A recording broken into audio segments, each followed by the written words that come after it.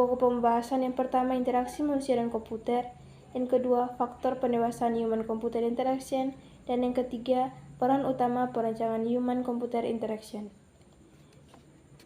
Yang pertama ialah interaksi manusia dan komputer. Interaksi manusia dan komputer, human-computer interaction, adalah suatu disiplin ilmu yang mengkaji komunikasi atau interaksi di antara pengguna dengan sistem komputer maupun sistem yang banyak digunakan dalam kehidupan sehari-hari, misalnya kendaraan, peralatan rumah tangga, dan sebagainya. Kedua ialah faktor pendewasaan human-computer interaction. Yang pertama adalah multimedia, yang kedua antropologi, yang ketiga ergonomik, yang keempat sosiologi, yang kelima matematika, yang keenam rekayasa perangkat lunak, yang ketujuh kecerdasan buatan, yang kedelapan linguistik, dan yang kesembilan psikologi.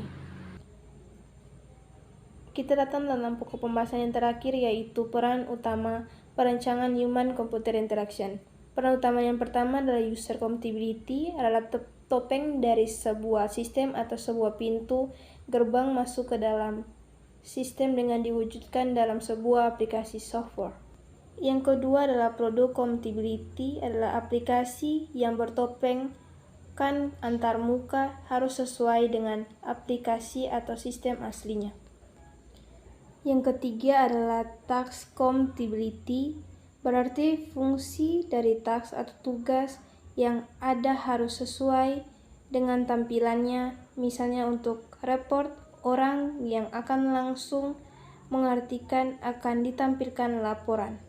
Yang keempat, workflow compatibility, adalah aplikasi bisa dalam satu tampilan untuk berbagai pekerjaan. Yang kelima adalah konsistensi. Contohnya, jika ada menggunakan istilah save yang berarti simpan, maka digunakan terus istilah tersebut.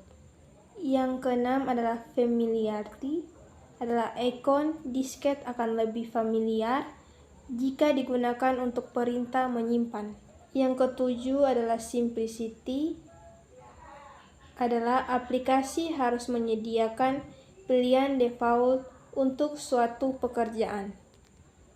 Yang kedelapan adalah direct manipulation, adalah manipulasi secara langsung, misalnya untuk mempertebal huruf cukup dengan Ctrl B. Yang kesembilan adalah kontrol, berikan kontrol penuh pada user. Tipikal user biasanya tidak mau terlalu banyak aturan.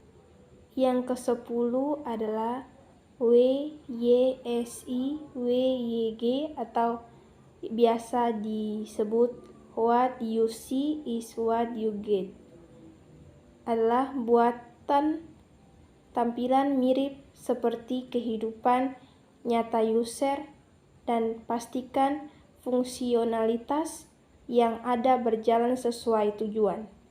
Yang ke-11 adalah responsiveness, adalah tampilan yang dibuat harus ada responnya, misalnya yang seringkali kita lihat ketika ada tampilan place white.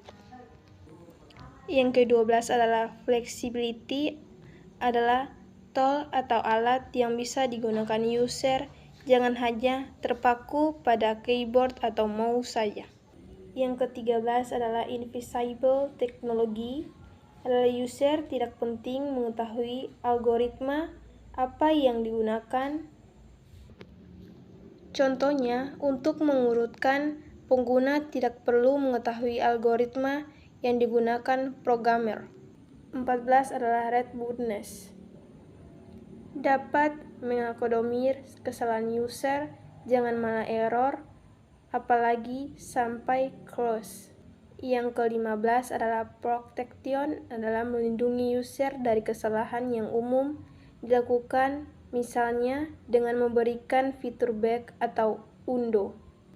Yang ke-16 adalah ease of running and ease of use, adalah aplikasi mudah.